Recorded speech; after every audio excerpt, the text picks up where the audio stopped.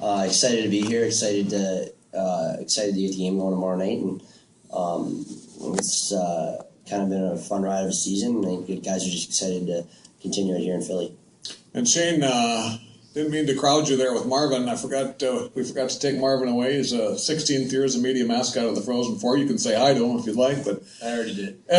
We should probably take Marv away so Mark doesn't yell at us. That'd be good. But Shayne, chance to win a national title. It's definitely any chance you have to win a national title. It's definitely special. But being here in Philly, it's fun. Second time in 3 years for us now. But we're just excited to get on the ice finally and get out of school for the week. But definitely can't wait to play tomorrow. All right. Again, we have the mics. Identify yourself. We'll start in the front and just make sure you address your question to a particular individual, please. Ken Shaw from the Schenectady Gazette for the guys. Just how has the preparation been different from 2 years ago? Is it more relaxed than it maybe was as you get ready for this game? Daniel, let's start with you. Yeah, I think guys are just kind of a little more focused on what we're here to do, and we're more understanding of it. We're here to play a hockey game and a couple hockey games. And it's more business trip than it was last time we went to Tampa. I think kind of the pageantry of the event was a bit of a whirlwind for us the first time going. It was a program's first time at Frozen Four, and I think guys have been good so far, and I think now we're just trying to focus on tomorrow against Boston College. Shayne. Yeah, like Daniel just said, I think our first time in the Frozen Four, we were just happy to be there. Of course, we wanted to win. It didn't end up our way, but this year's more business approach here, and we're just looking to have do some damage and better than we did last 2 years ago. Matt?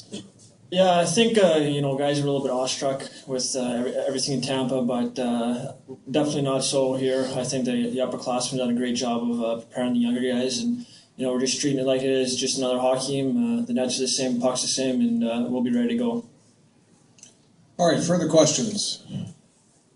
Okay, right here in front. Hi, Anthony Galizzi with the Boston Globe.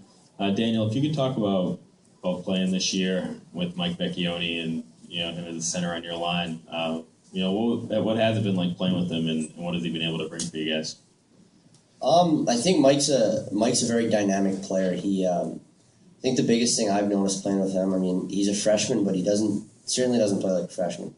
I mean, on the forecheck, he's jumping pucks, jumping guys, and I think he's the kind of player that makes the players around him better. And I think as a freshman, you can't say that about many. And I mean, it's been a lot of fun playing with him. He scored some really big goals for our team down the stretch, especially in Lake Placid. I remember he got a really big one, and it's been a blast for me personally. And he's a great player, and I think you can expect big things from him to come. Okay, right here. John Small with Philadelphia Daily News. Coach Bennett, in a lot of sports, the BCS programs, the money from there makes a big difference. Why is this a sport where a school like yours, a Division III, in every sport except for hockey, can thrive and have success? And with the BCS money flowing in, is there a danger that could change in the future? Well, we really got caught up in the BCS and all the money. I know how Union runs. It's been successful. The model's in place, being a financial aid school. It's worked well. We have a lot of alumni that have really supported our school. And through that, I think we thrive through Union College that way. Our 264th game in Frozen Four history tomorrow. 5:06, by the way, drop of the puck on ESPN2. Yes, sir. John Borg from Comcast Sportsnet Philadelphia. This is for Shayne. Shayne, Guy Gaudreau coached you back in the day. I know that you skated with Johnny growing up in the same area. What does it mean to come to this venue here in Philadelphia and to go up against a guy like Johnny? I'm not from New Jersey, but Johnny, I played with him at the World Junior. It's the only time I ever played with him, but I played against him a little bit when we were younger. He was on, I think, the Little Flyers and was on the Junior Panthers, and he's a great player. Even back then, he was still the smallest kid. He's an amazing player. Every time he touches the puck, it's something special is going to happen. The crowd gets on their feet, and he's not a kid you could just try and hit because he's pretty much unhittable. He's so shifty, but again, he's a great kid, and he's a very humble kid, too. He was my roommate at the pre-tournament in Finland, and couldn't even tell he was the best college hockey player because he was just so humble about it. He's just an easygoing kid, and he's definitely a great hockey player. Right here, Jim. Jim Conley from U.S. College Hockey Online. Rick, could you just comment on the Penrose Award, what it means to you and what it says about your staff? Well, it means more to, I guess, to our staff than anything. I really do believe it's a staff award, and actually should be a player award. The players are the ones that are playing this game. They make you look good, and these guys have certainly done that in my time here at Union College, and I'm grateful, to them. Grateful to the staff. Jason Tapp, Joe Dume, and John Ronan have done a phenomenal job, and I mean they make you look good, and I think you got to put a name to the award. I guess my name is on that now, but it really belongs to everybody. Okay, in the back here. Jonathan Tannenwald from Philly.com has questions for Shayne first. I'm sure you've had some taste by now, given your ties to the Flyers, of how crazy the city is for hockey generally. But it doesn't have any Division I college hockey right in this region. And it's that sort of grassroots hockey culture is not quite the same as it is in some of the other big cities in the country, even some of the smaller towns like up where you guys are. Can you talk a little bit about that college hockey culture, maybe what this city might be missing in that regard? And Coach Bennett, if maybe you can add on afterwards as well. Big difference between college hockey and, of course, pro is, of course, we're not getting paid. We go out there and we just put our heart on the line. Every guy is playing for the guy next to him. It's 100% all heart out there. College hockey is a dynamic game. We wear cages and stuff. Guys are blocking shots that you probably wouldn't see in pro, doing anything for their team just to raise a piece of wood at the end of the year. But it's worth everything. But college hockey is definitely a different game to pro. Of course, just it's all 100% heart. Coach Bennett. The college versus pro. These guys are here. They're student athletes for a reason. They came to college because they wanted to be a student first and then an athlete second. Obviously, if you wanted to go that pro route, you probably would have went major junior or go that venue. But we really feel here, it's a great development model here in the college world, as I like to call it. And obviously these guys, the guys I'm sitting with up here have aspirations to, play on after, but it's also nice to play on after knowing that you have a degree, to fall back on. And even if you stay, because we've had guys in the past and doing this and that in 3 years, but, are, coming back and whatever. So I think it's a great, just a great model that way. But I don't think playing for the jersey in college, it's something that you'll always remember.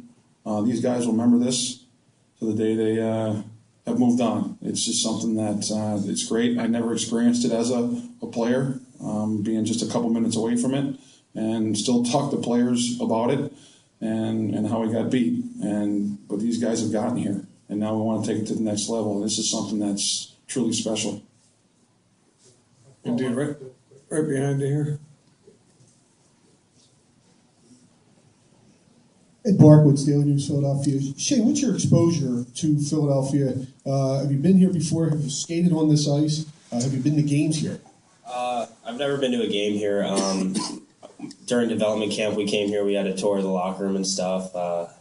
Nothing too big. Just saw the ice. I've never skated here before until an hour ago. But did have a Geno's cheesesteak last night, so that was pretty good. Other than that, I haven't really seen Philly too much. I came here for a tournament when I was, I think, 9 years old, but I don't really remember it that much. But it's definitely been nice. Hospitality's been nice, too. What is your reaction having spent an hour out there? It's definitely awesome. You catch yourself just waiting in line for the next rep of the drill, and you just catch yourself looking around at the banners and stuff, and it's pretty cool just being in such a building with all this history in it. Okay, back here. Coach, I guess as much as the... Could you introduce yourself again, please? Jonathan Tannenwald, Philly.com. To go back to what I was asking a minute ago, to address also sort of the community that exists across college hockey, like when you go to the Frozen Four and every school has fans here, and there's a certain tight-knitness, it seems, with college hockey that even in the bigger stages of college football and basketball doesn't always exist. Well, again, that's a question that, just watching the basketball here recently on TV, it looked like a great following. We feel the same way about college hockey. I think it's going to be a tremendous atmosphere. As players, as coaches, we really do appreciate it. We appreciate our fans. We feel the fans at Union College, as supporters of our program, travel well, and they're great fans. They're great people, and we enjoy just being associated with them. We work harder. We put that jersey on, or we go behind the bench for them, and it's tremendous. And being at a venue like this, it's it's just a once in a lifetime experience. John, right here.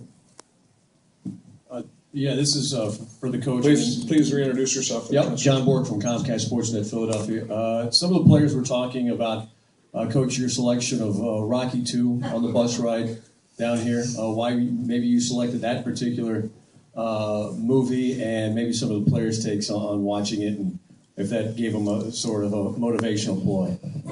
Is that what they said? Okay. I didn't. That's the first time I heard of that one. But you always. I thought Rocky 1 was obviously a dynamite movie, but I think in the end what happened. I don't think he won, so that's why we threw in Rocky 2, because he won. And it was just a phenomenal movie, a guy with a lot of heart, and I think this team embodies that, has a lot of heart, and they come to work every practice and every game. And it was just kind of obviously going to Philly, obviously has that ties as well, so not too much. I wouldn't look into it too much. Rocky 2, Matt? It's a good movie. Coach always just throws on movies that kind of, I guess, reflects his how he feels about our current road trip. So, good movie, and I personally didn't really watch all of it because I've seen it before, but I'm sure some guys did. Shayne, what about Rocky 2? Did Rocky 2 raise a piece of wood? Yeah, I mean, it was pretty cool to watch it. I'm more of a headphone guy on the bus, though, but those movies are past my generation, or for my generation. But Coach said to me on the bus when we were getting on from a rest stop, Roadhouse is on right now.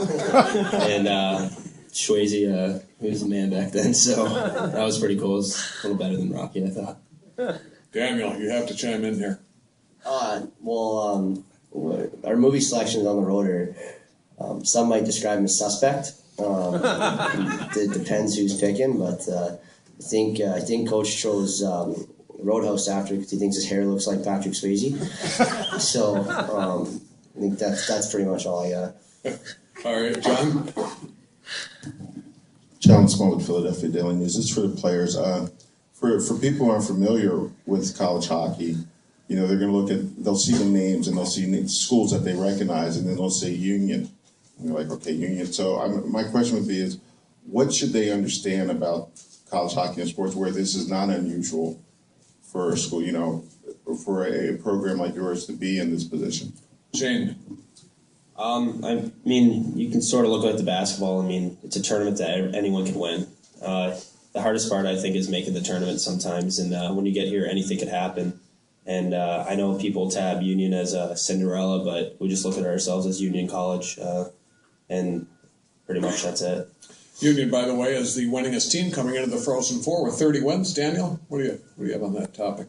I mean, like Shayne said, I think we don't put too much emphasis on it. I think we just think at this point of the year, all the teams that have got here are great teams, and I think we just can't focus on that and just got to focus on what it's going to take for us to come out on top here. I mean, that's been our goal since the start of the year, so just focus on the parts of our game that makes us successful going into tomorrow.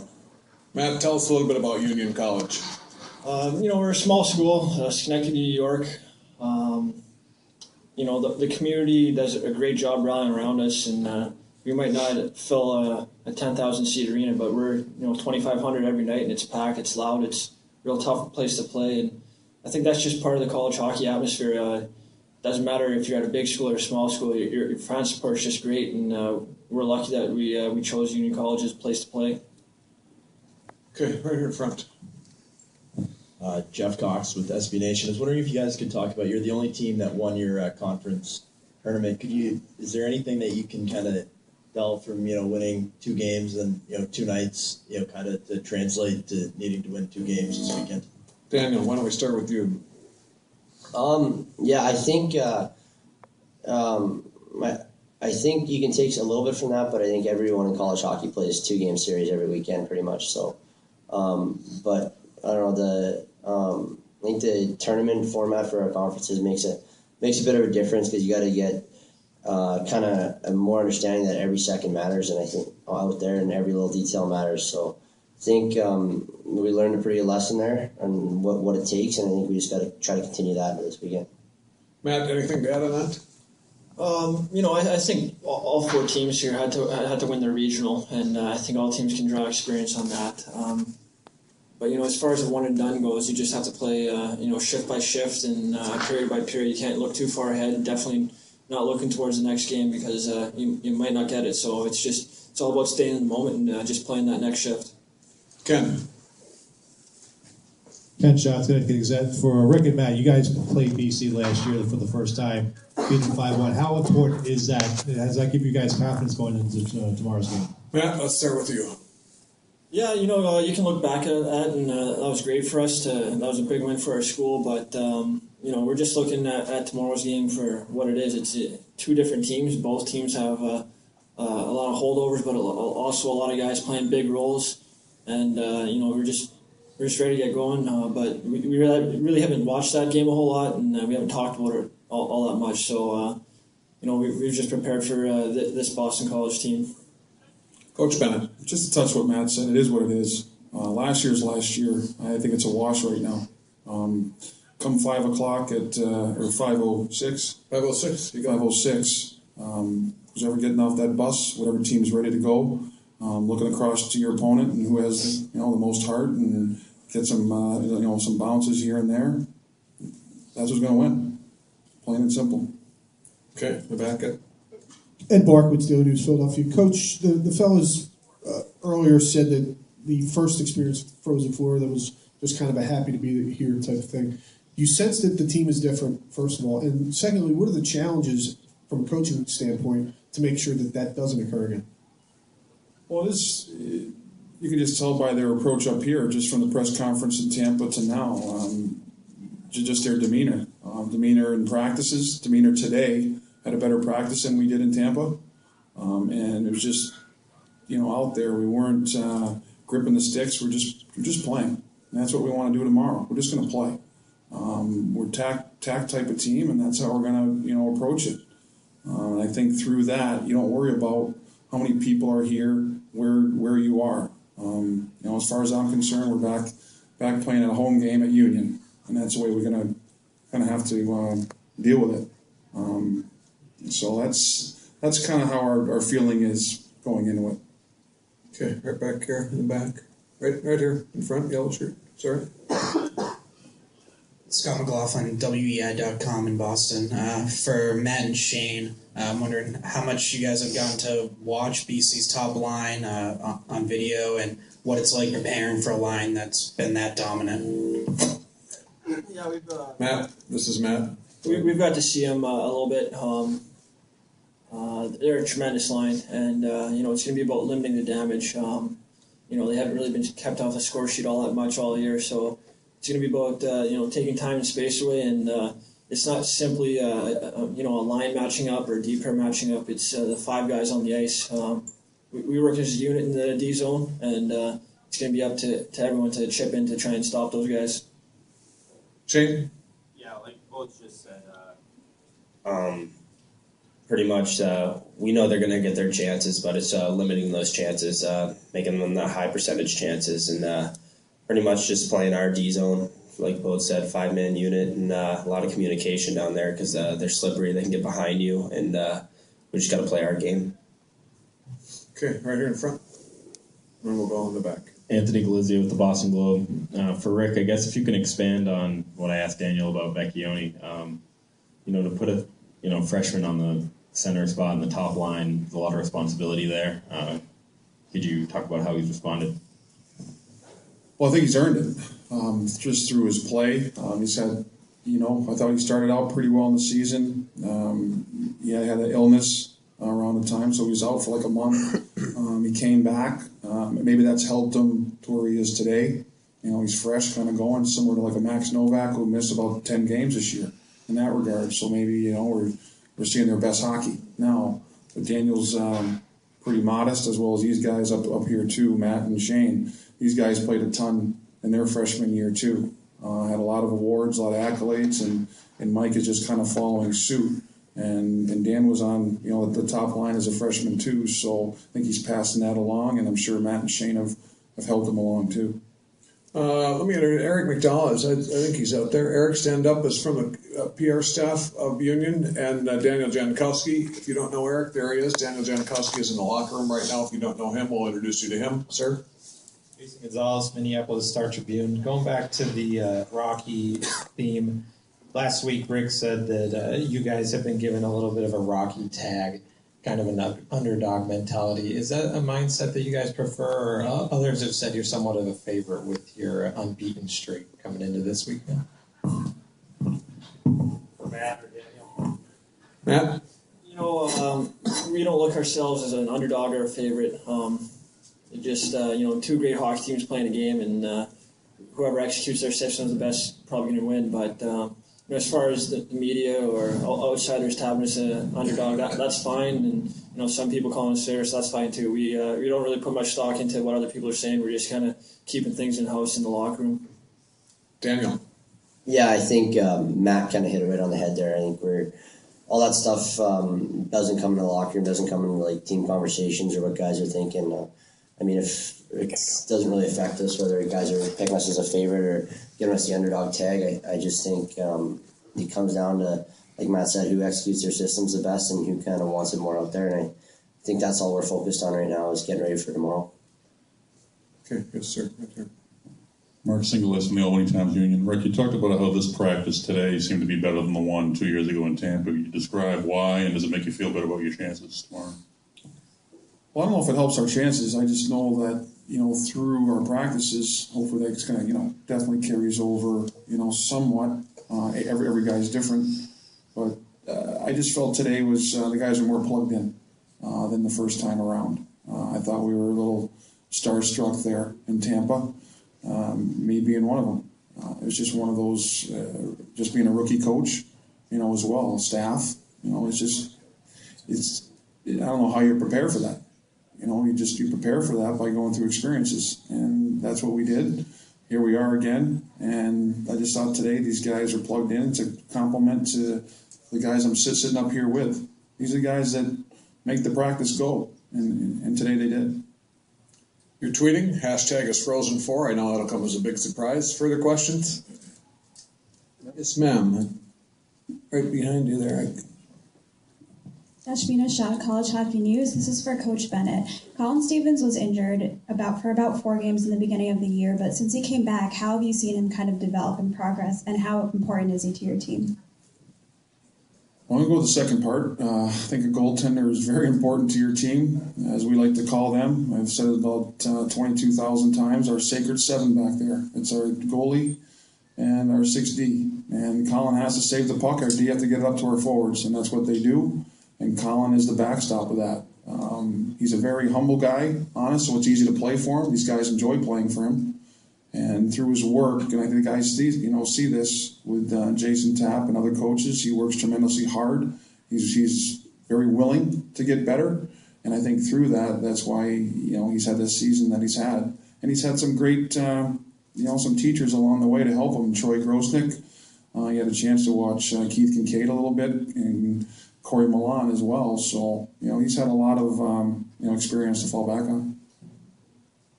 Okay, John. Yeah, John Board, Comcast Sportsnet, Philadelphia, for Coach.